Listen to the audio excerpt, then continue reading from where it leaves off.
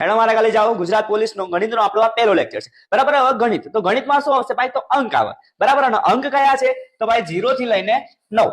તો ભાઈ આટલા અંક છે, આટલા અંક બનીને ભાઈ આખું આપણું ગણિત બનેલું છે। આમના સિવાય તમને કોઈ અંક વધારાનો આપણે નહીં જોવા મળે બરાબર। પછી સરવાળો છે, બાદબાકી છે, ગુણાકાર છે અને ભાગાકાર છે। બસ તમને આટલું વસ્તુ આવડે, આખું ગણિત તમને આવડવાનું છે। કેવી રીતના? સ્ટેપ બાય સ્ટેપ આપણે એકદમ પાયાથી લઈએ છીએ બરાબર। તો હવે જે આપણે સ્ટાર્ટિંગ કરીએ તો ભાઈ પ્રાકૃતિક સંખ્યા, કોનાથી સ્ટાર્ટિંગ કરીએ?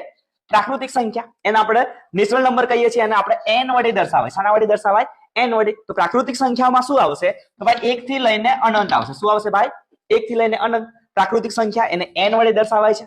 હવે 1 2 3 4, હવે જો અહીંયા આપણે 10 લખવો છે તો શું કરીશું? આપણે 1 અને 0 મૂકીશું, પણ અહીંયા તો આપણે 0 એડ નથી કર્યો, એટલે ભાઈ આ સંખ્યાઓ અધૂરી છે, તો આને પૂરી કરવી પડે ને, તો ખાલી આગળ મૂકી દઈએ 0 બરાબર। એટલે ભાઈ 0 થી અનંત તો સંખ્યાઓ પૂર્ણ થઈ ગઈ, તો આને ના કહેવાય આપણે પૂર્ણ સંખ્યાઓ। શું કહેવાય આને? પૂર્ણ સંખ્યાઓ। પ્રાકૃતિક સંખ્યાઓ 1 થી અનંત, પૂર્ણ સંખ્યાઓ 0 થી અનંત। હવે હું તમને એમ કહું મારા ભાઈ કે ભાઈ સૌથી નાની સંખ્યા કઈ? તો તમે બધા શું કહેશો? કોમેન્ટ કરો। 0 કહેશો। શું કહેશો? 0। પણ ના મારા ભાઈ, એવું નથી, 0 કરતા નાની સંખ્યાઓ પણ ભાઈ છે બરાબર। તો એ પણ હું તમને સમજાવી દઉં। તો જો આ વચ્ચોવચ આપણે સંખ્યા રેખા દોરીએ અને અહીં આવે 0। હવે 0 ની આવી બાજુ ધન સંખ્યાઓ આવશે। કેવી સંખ્યાઓ આવશે? ધન। આવી બાજુ 0 કરતા મોટી સંખ્યાઓ આવે બરાબર। 1 2 3 4, તો ભાઈ અહીંયા ધન છે એટલે ભાઈ આ પ્લસ છે। હવે પ્લસ ને તમે લખો ના લખો, બોલો ના બોલો, ચાલે બરાબર। પણ જો ઋણ સંખ્યા હોય, માઇનસ હોય, તો કાયદેસર એને બોલવાનું, બાકી એને ખોટું લાગી જાય બરાબર। તો 0 ની આવી બાજુ 0 કરતા મોટી સંખ્યા ધન સંખ્યા, અને 0 ની આવી બાજુ 0 કરતા નાની સંખ્યાઓ આવશે, એટલે ભાઈ ઋણ સંખ્યાઓ આવશે। કેવી સંખ્યાઓ? ઋણ, માઇનસ વાળી। અંક તો આપણી જોડે 1 2 અને 3 જ છે બરાબર, આ જ અંકો છે ને બધા, પણ આવી બાજુ તમારે લખવાના છે માઇનસ। શું લખવાના? માઇનસ। એટલે ભાઈ ઋણ સંખ્યાઓ।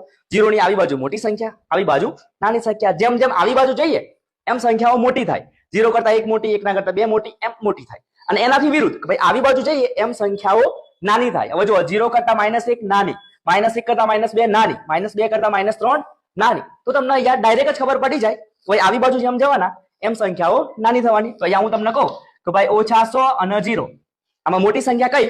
કમેન્ટ કરો। તો તમે બધા કહેશો ગાડી કે સાહેબ અમુક હોય ખબર ના પડી 100, ભાઈ 100 મોટા છે, અને એની આગળ શું છે ભાઈ? માઇનસ, તો એ 0 કરતા નાની સંખ્યા કહેવાય।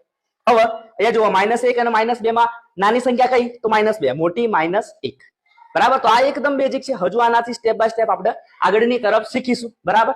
તો જો મારો આ વિડીયો ગમ્યો હોય મારા મિત્રો, ગણિત મારું ગમ્યું હોય તો મને ફોલો કરો, યુટ્યુબમાં જઈને પણ ફોલો કરી આવજો, ત્યાં આપણે લાંબા વિડીયો બનાવવાના છે, અને સરસ મજાનું આવું ગણિત, રીઝનિંગ, ગુજરાતી વ્યાકરણ, વિજ્ઞાન પણ આપણું છે, તો વિજ્ઞાન પણ આપણે કરાવવાના છીએ। તો મારી જોડે જોડાયેલા રહેજો, અને તમારા જે મિત્રો, જે તમારા સિંહણો ગુજરાત પોલીસ